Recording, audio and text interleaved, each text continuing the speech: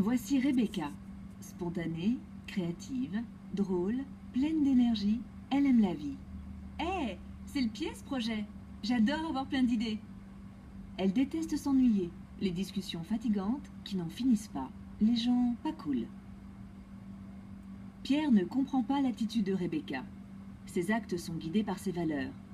Il sait qu'il est important d'être précis et n'en attend pas moins des autres. Il est important pour lui que les autres soient en accord avec ses opinions. Il est convaincu que l'on doit se concentrer sur l'essentiel. Pendant qu'il parle, Rebecca le coupe avec un « c'est cool !» Pierre montre alors ouvertement son agacement d'avoir été interrompu.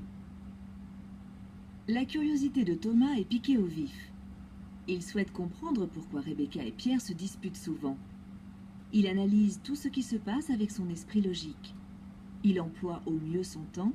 Il préfère rechercher des solutions, résoudre des problèmes, ce qui lui vaut souvent d'être reconnu pour ses brillantes réflexions. Anne ressent que Pierre et Rebecca sont encore en train de rentrer en conflit et elle s'en inquiète. Son approche empathique des gens lui permet de créer une atmosphère agréable, où la communication est facile.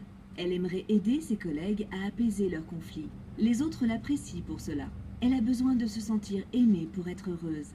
C'est tellement plus sympathique de déjeuner ensemble quand l'ambiance est bonne. Yann observe la scène de loin. Réfléchissant calmement, il se demande pourquoi Pierre et Rebecca s'énervent. « Ne faisons pas de vagues, se dit-il.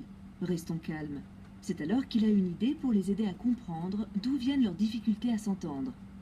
Thomas se demande souvent comment Yann peut avoir une telle imagination. Patricia passe par là. Elle parle du nouveau client qu'elle vient de décrocher. Elle occupe le devant de la scène en racontant à quel point elle a bien négocié avec lui, le client le plus difficile qu'elle ait jamais rencontré. Elle a excellé en rendez-vous.